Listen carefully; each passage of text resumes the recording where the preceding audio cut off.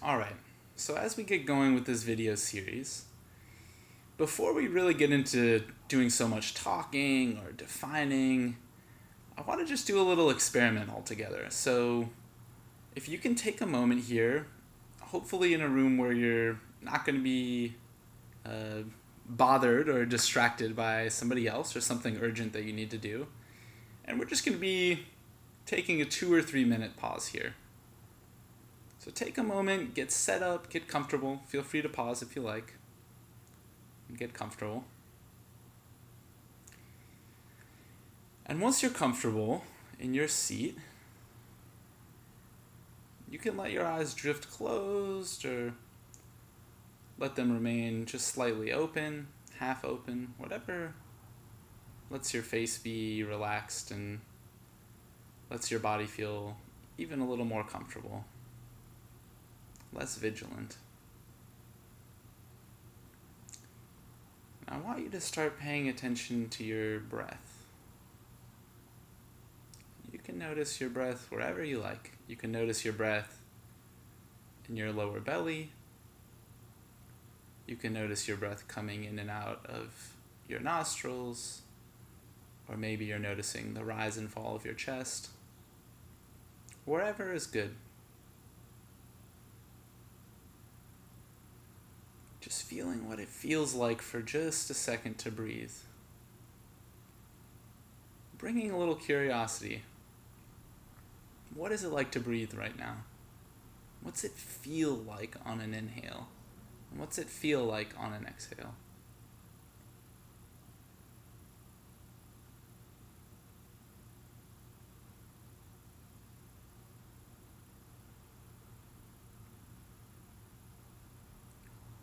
You may notice an urge to want to control your breath. No need to control your breath, or no need for it to be different than it is. Just noticing the way you're naturally breathing.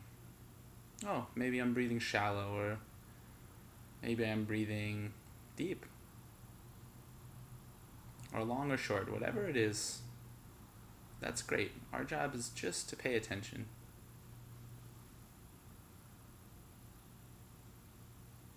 Not trying too hard, letting it be easy.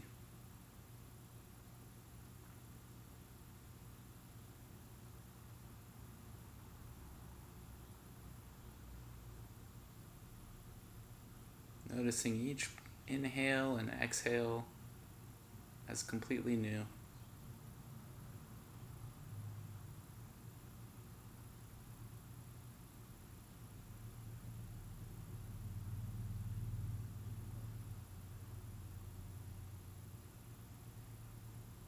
Naturally, we start to think, we wonder if we're doing this right, or if we're doing anything at all. That's okay. Just coming back to the breath.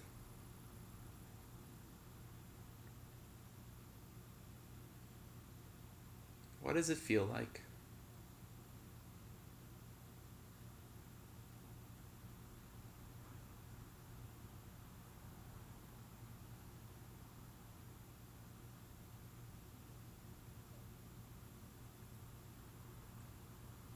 Noticing when we get off track and bringing it back.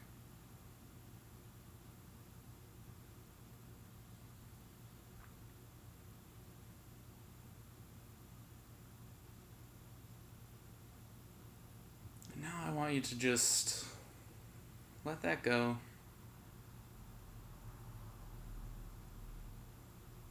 And notice whatever is coming into your experience, be it sounds or thoughts or any feelings. Just notice that it's there. No need to engage.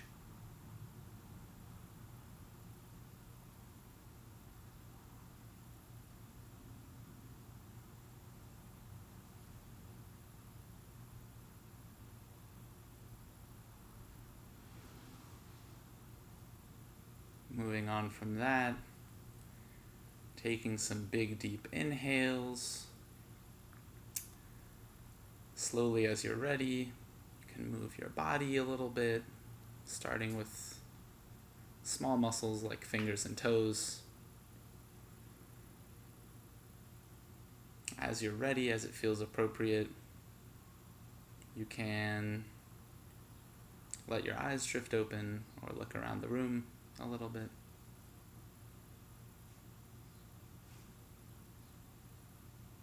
Great. So, rather than defining mindfulness, we've now just experienced what mindfulness is. And I think that's really the best way to go about it. So I'll talk about what mindfulness is in a second here. It's such a popular term in today's world. So it's nice to have a working definition. But the important thing is what we just did, is actually having a feeling of what it is. And that feeling is going to grow and develop as time, as we practice, as we have different experiences, as we're in different parts of our life. So that's a totally normal and natural process. But the important thing is to let it be a lived experience rather than a dictionary definition. But if we want to get into defining it, you might have noticed a couple things about that mindfulness process or little meditation that we just did. The first thing was attention. So we were very intentionally, I'll talk about intention next, very intentionally placing our attention on something. In this case, for most of it, it was the breath. And we wanted that feeling of the attention being alive and awake. It's not like some dull, half asleep, oh yeah, I guess I'm focusing on the breath, but when something better comes along, I'll focus on that. We're very alive, we're awake in that type of attention. Active is another word. So attention is the first part. And then we have intention is the second part. So that's how do we want that attention to be? So we talked about alive, awake, active, but we also wanted to have a kind presence, an open presence, gentle. There's a lot of different words to use to describe this, and I'll throw a few words out. But like just having the experience that we just had, the important thing when we talk about mindfulness, if you want to make a definition, is making a definition that resonates with you. So when we talk about what kind of attention, how we want our intention to be, it can be, we can talk about it as being kind, if that resonates, or gentle, or curious, welcoming, loving, accepting. These are all different words that bring up some similar feelings, and you can kind of experiment to see which ones of those fit. Which of those are most useful for you to say, all right, I want to try and have a kind attention today, or I want to try to bring a curious attention today, which was a word I used a second ago. And the third part is retention. So we have attention, intention, and what I'm calling in this case retention, which is holding something that we're really focusing on. So kind of like retention memory. We're coming back to something in particular. So in this case, we're coming back to the physical sensation of the breath. But really, we can be retaining, we can have this retention on any type of physical sensation or sensation in general that's present. So traditionally, this third piece of retention, we can take any of the 6 senses. So normally we talk about 5 senses, but in traditional practice, the mind and thoughts are also included. So we have sight, we have sound, we have physical sensations, we have smell, even taste, and then we also have thought or emotion. So those are all things that we can be aware of. Now, it's most traditional and often most helpful to start with very simple focusing on the breath. And there's a lot of reasons for that. That's actually very calming and regulating for our nervous system. So that's a great place to start. It's a great way to let our attention settle. So So we have attention, intention, and retention when we're talking about mindfulness. And you can kind of play around and make that definition for yourself. I'll read one or two more official definitions right now, just so you can get a sense of it. But really, this is about what resonates and what's personal for you. So I'll read two or three here. One by Jon Kabat-Zinn, who's a famous mindfulness teacher, is mindfulness is awareness that arises through paying attention on purpose to the present moment non-judgmentally. So he uses the word non-judgmentally, and he's using the word awareness as kind of a more open way of placing our attention on purpose. So one of the more scientific definitions of mindfulness that a number of people came together a couple of years ago as needing a really official working definition for mindfulness is mindfulness is the self-regulation of attention with an attitude of curiosity, openness, and acceptance. So that might resonate. The last definition I'll give here, mindfulness is maintaining a moment-by-moment awareness of thoughts, feelings, bodily sensations, and surrounding environment through a gentle, nurturing lens. So again, just different takes. None of them is particularly right or wrong, and that's why I wanted to read a few out to you to see what resonates, what clicks. Oh, yeah, I think I can get that. I think I can feel that. So, of course, we're here to talk about why this is useful for type 1 diabetes. And I talked a little bit in the opening video about negative cycles that we often fall into, just as people, and particularly as people dealing with type 1 diabetes. And that provides a pretty great illustration right off the bat of how useful this can be when we start getting into that cycle to have something to interrupt it.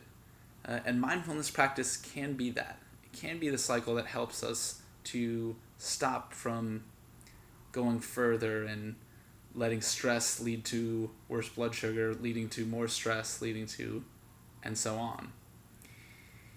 But I just want to talk about, for a second here, some of the specific reasons that this practice is so useful for us who are living with type 1 diabetes. So what I'm going to ask you to do, and feel free to pause the video, or you can run it all the way through if you like, is to just write down for you what are some of the more difficult parts of living with type 1 diabetes. And you can write down 2 or 3. It doesn't need to be an exhaustive list. So you can take a moment, you can pause if you like. And I'll tell you what I've written down as mine and why I think this practice is so useful. So with type 1 diabetes, often by the nature of this condition, we're forced to restrict our lifestyle in some way that we don't want to.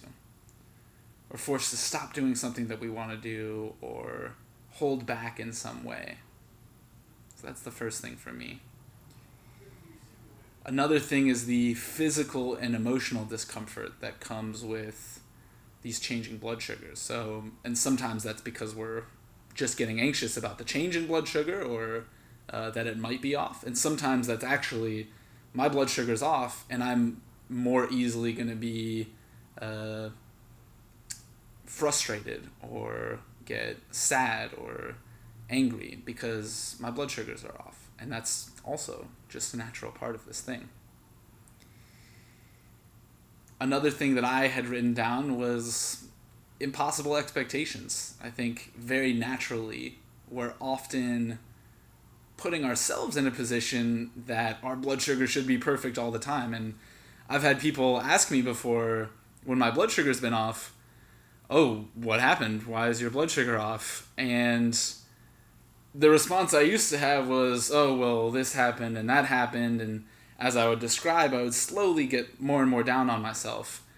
And what I find myself saying now when somebody asks, why is your blood sugar off? And it's like, well, because I have type 1 diabetes, and that's what happens. So that's part of this thing.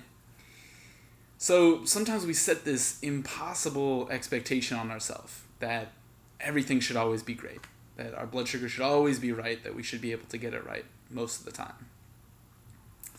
And the last thing is being different and being isolated and not feeling understood or accepted.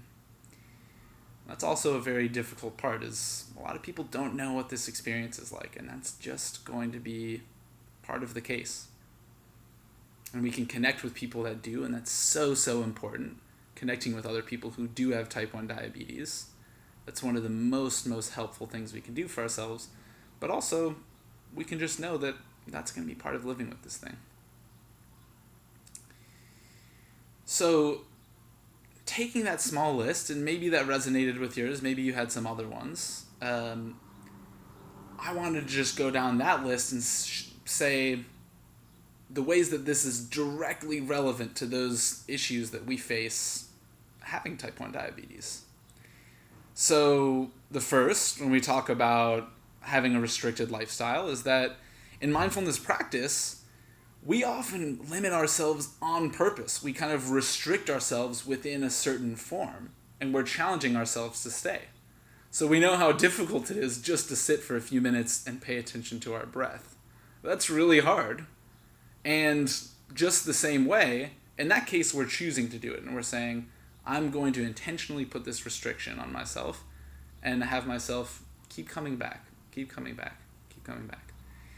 With type 1 diabetes, we often don't get the choice, and we often have to restrict ourselves. And in that moment, then we get the chance to have it be a practice. Oh, how am I feeling in this moment that I have restricted myself? Am I frustrated? Just like I might get frustrated when I lose track of my breath.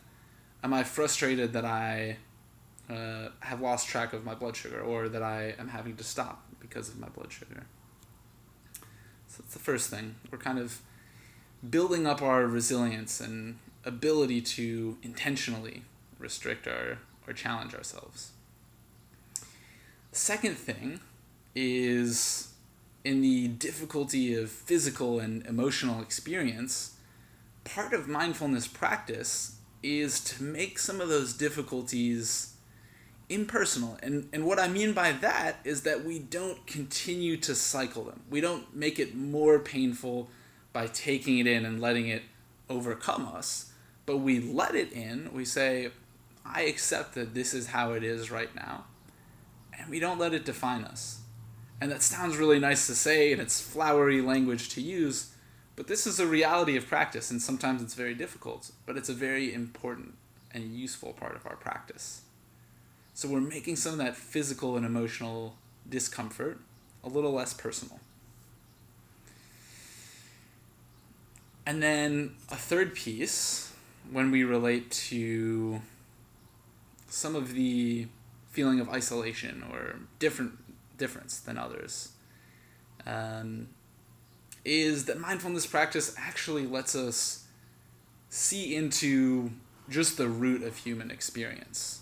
That actually, at a very base level, everybody doesn't have the same high-level challenge as each other, but at a base level, these sensations that I feel, the challenge of staying in one place, of getting off track, all of those things are human experiences.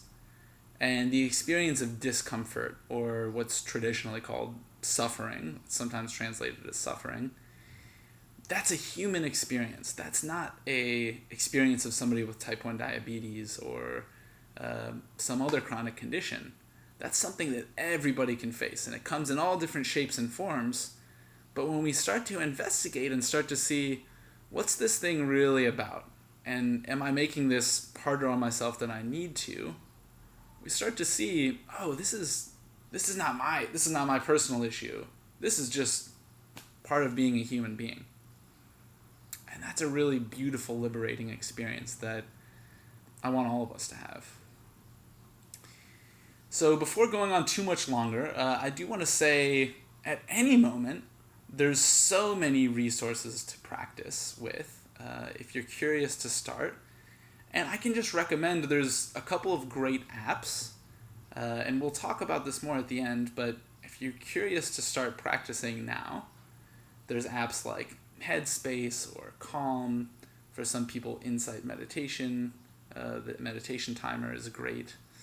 Even just something as simple as having a breath pacer. There's an app called Breath Plus, like breath and then the plus symbol. And that's just immensely helpful for us to start paying attention to our breath and start regulating. So that's a great place to start.